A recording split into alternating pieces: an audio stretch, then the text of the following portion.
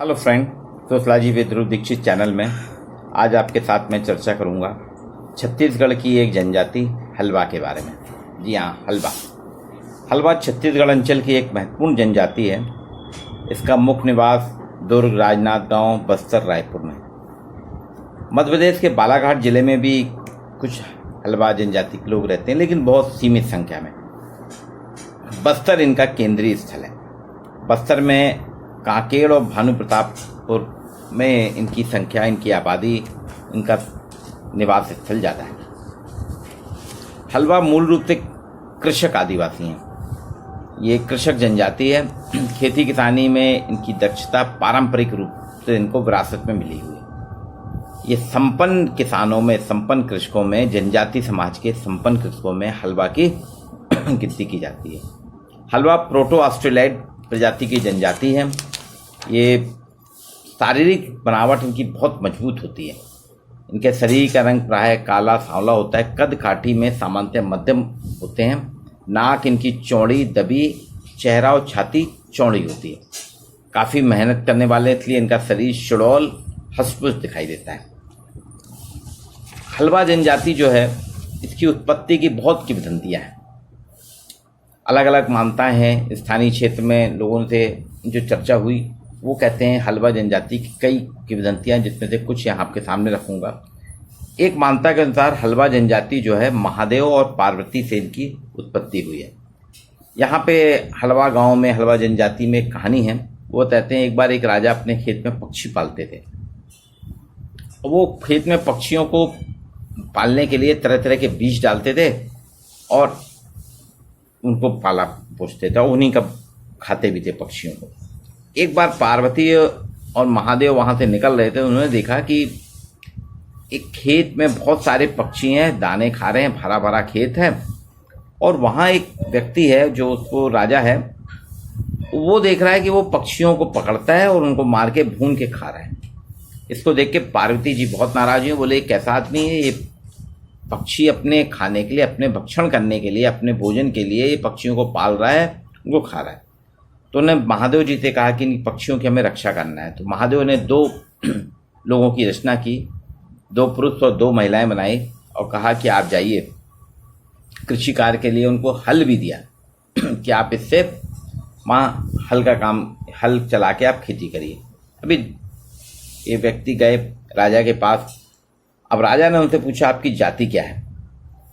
तो ये लोग समझ में नहीं आए जाति क्या है। तो ये वापस फिर आए, महादेव से पूछा। महादेव ने कहा कि तुम लोग बोलो हम हलवा जाति के हैं, क्योंकि हमारे पास हल है, हम खेती किसानी करते हैं, हलवा जाति के हैं। और वो खेती किसानी करके उन्होंने कहा कि हम यहाँ पे खेत में पक्षी पालेंगे नहीं, बल्कि खेती किसानी करेंगे, और इस तरह से उन्होंने पक्षियों की रक्षा की। एक कहानी और है हलवाओं की उत्पत्ति के बारे में। वो कहते हैं महाभारत काल की है। भगवान श्री कृष्ण के बड़े भाई बलराम थे। जब रुक्मिणी का हरण हुआ तो बलराम अपने हल के साथ पूरी सेना को नष्ट करने लगे। बलराम जी के आतंक इतना ज़्यादा था, इतना ज़्यादा डर फैल गया कि सारे सिपाहियों ने अपने हथियार डाल दिए और सबने हल धारण कर लिया। और उसी समय से उन सिपाहियों की संतानों ने हल चला के धन उगाना शुरू कर दिया। उनके साथ बलराम जी ने जब आक्रमण किया था, हल के साथ मूसल भी था। तो ये लोग मूसल भी रखते हैं। मूसल से धान को कूट पीट कर उसका चावल से चिवड़ा बनाने लगे, जिसे बहाना कहते हैं लोग। हल चलाने और बहाना बनाने की क्रिया के कारण ही इनका नाम हलवा पड़ा। एक कहानी ये है कि ये बलराम जी से प्रेरित थे, और जो सैनिक थे वो बलराम जी के दबाव में आके उन्होंने हल चलाना शुरू करा। इनकी कई शाखाएं हैं, नौरवा, सुरैत, परैत, नायक, भंडारा आदि। छत्तीसगढ़ में 2 हैं, एक बस्तरिया हलवा कहलाते हैं और एक छत्तीसगढ़िया हलवा कहलाते हैं। बस्तरिया हलवा जो हैं, जो बस्तर में रहने वाले हैं, और छत्तीसगढ़िया हलवा जो हैं, छत्तीसगढ़ में रहने वाले हैं, जिसमें दुर्ग, राजनांदगांव, रायपुर के आसपास का एरिया जो है वो छत्तीसगढ़िया हलवा कहलाता है। इनमें पुरैत हलवा जो है जाति सोपान में, जाति स्त्रीकरण में ऊंचे माने जाते हैं। सुरैत हलवा सबसे अधिक प्रगतिशील है। ये बहुत पुराने हैं। इनमें गोत्र संबंध बहुत है। एक ही गोत्र के लोग आपस में भाई बहन होते हैं, तो इनमें एक ही गोत्र में विवाह संबंध प्रतिबंधित हैं। हालांकि मामा बुआ के लड़के लड़कों का इनके यहाँ वैवाहिक स्वीकृति है। वधूमूल का परिपालन ये लोग करते हैं, जिसे सूख देना कहते हैं। विवाह के समय जो कार्य होते हैं, विवाह के समय के निष्पादन करने गांव का भंडारा जो है व्यक्ति की सर्वोपरि भूमिका होती है।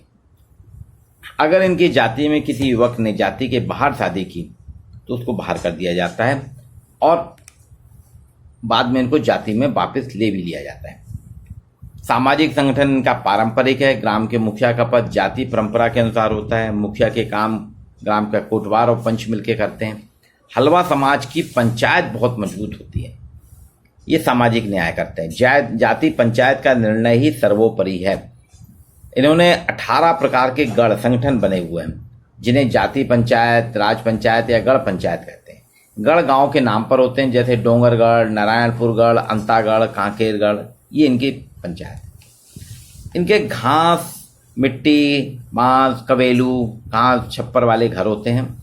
इनके गांव जो हैं कई पारों में बटे होते हैं। पार मतलब खंडों में बटे होते हैं। स्वच्छता के बहुत हिमायती हैं। एकमात्र ऐसी जनजाति है हलवा जो कि सबसे ज़्यादा साफ सफाई के साथ, स्वच्छता के साथ रहती है।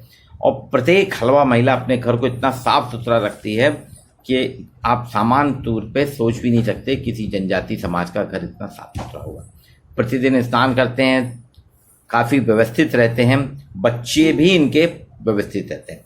कृषि कर्म इनके साथ साथ महत्वपूर्ण काम है। आजीविका का साधन खेती, उसके साथ साथ ये वनोपज भी इकट्ठी करते हैं और धान की फसल लेते हैं, कोदो कुटकी की फसल लेते हैं। इनका प्रमुख भोजन जो है चावल, कोदो कुटकी जो रहती है, कोदो कुटकी की बासी पेज नियमित रूप से पहनते हैं। सब्जियां भी खाते हैं और चटनी, स्थानीय जो सब्जियां रहती हैं, स्थानीय जो पत्तियां रहती हैं, उनको पीस के चटनी बनाते हैं और उसको सेवन करते हैं।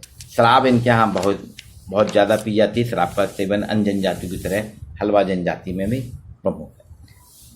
अब अगर हम इनकी संस्कृति की बात करते हैं तो ये हिंदू संस्कृति से बहुत ज़्यादा प्रभावित है। जनजातीय संस्कृति है लेकिन हिंदू धार्मिक मान्यताओं को बहुत मानती है। हिंदू देवी देवता, पर्व त्यौहार बहुत श्रद्धा के साथ मनाते हैं, लेकिन उतनी ही श्रद्धा से अपने जनजाति पर्व भी मनाते हैं। इनके प्रमुख देव हैं दूला देव, करिया, ध्रुवा, देवल माता, शीतला माता, कंकालेन, बंजारिन माता। इसके अलावा भगवान शंकर, पार्वती, राम, कृष्ण, हनुमान को हलवा लोग बहुत इनके घरों में उनकी मूर्तियां भी देखने को मिलेंगी। होली, दिवाली, दशहरा भी इनके प्रमुख त्यौहार हैं। आज से लगभग 600-700 साल पहले ये लोग जनजाति समाज जो है कबीर जनजाति से प्रभावित हुआ और कई लोग हलवा जनजाति के कबीर पंथी हो गए, कबीर पंथ में दीक्षित हो गए। और अधिकांश हलवा कबीर पंथी वे हैं जो उन्होंने कबीर पंथी बनने के बाद मांस और शराब का पेय छोड़ दिया। मांसाहारी नहीं हो गए, शाकाहारी हो गए और मद्य निषेध इन्होंने अपना लिए। सात्विक शुचितापूर्ण जीवन जीने में विश्वास करते हैं। हलवाओं का एक और संप्रदाय है जो योगों से शाक्त उपासना कहता है। ये दुर्गा काली की पूजा करते हैं और तंत्र मंत्र में बहुत विश्वास करते हैं। गुदना इनका मुख है। इन्हें यहाँ गुदना इनका प्रिय आभूषण है। एक तरीके से गुदना को अपने आभूषण के रूप में लेते हैं। गुदना की प्रथा हलवा में भी अन्य जनजातियों की तरह है। महिलाएं विवाह के पूरी गुदना गुंदवाती हैं। इनकी हलवी बोली है। छत्तीसगढ़ में, बस्तर में व्यापक रूप से हलवी बोली बोली जाती है। यद्यपि यहाँ पे गौड़ी लोगों को समझ में नहीं आती, लेकिन हलवी बोली व्यापारी, कर्मचारी, शासकीय कर्मचारी, स्थानीय जनजाति सब समझ जाते हैं। हलवी बोली जो है हलवा से ही आई है। सभी लोग हलवा बोलते हैं। एक बहुत समृद्ध बोली के रूप में हलवा समाज में नृत्य संगीत जो है इसका भी बहुत अन्य जनजातियों की तरह है। यहाँ पे कर्मा नृत्य, पड़की नृत्य, होली नृत्य प्रचलित है। सामान्यतः हम देखें तो हलवा छत्तीसगढ़ राज्य की बस्तर अंचल की एक प्रमुख जनजाति है। इनकी उत्पत्ति ये लोग मानते हैं कि महादेव और पार्वती से हुई है। कृषि कार्य में परंपरागत रूप से काफ़ी दक्ष हैं, निपुण हैं और प्रत्येक हलवा परिवार के पास अपना खुद का खेत होता है। हल की पूजा करते हैं। इनके गांव का जो पटेल होता है समाज का मुखिया होता है। गोत्र व्यवस्था प्रचलित है। समगोत्री विवाह वर्जित है। ये खुले विचारों के कबीर पंथी हो गए हैं। आजकल हलवा कबीर पंथ को बहुत मानते हैं, कबीर जी को मानते हैं और कबीर के अनुयायी हैं। हिंदू देवी देवताओं की पूजा करते हैं, हिंदू त्यौहार मनाते हैं। शिक्षा का प्रतिशत हालांकि अभी भी हलवा में बहुत कम है। हलवी बोली इन्हीं की देन है जो कि बहुत ज़्यादा महत्वपूर्ण है। ये दो प्रकार के, एक बस्तरिया हलवा और एक छत्तीसगढ़िया हलवा। तो हलवा जनजाति निरंतर एक प्रगतिशील जनजाति के रूप में है।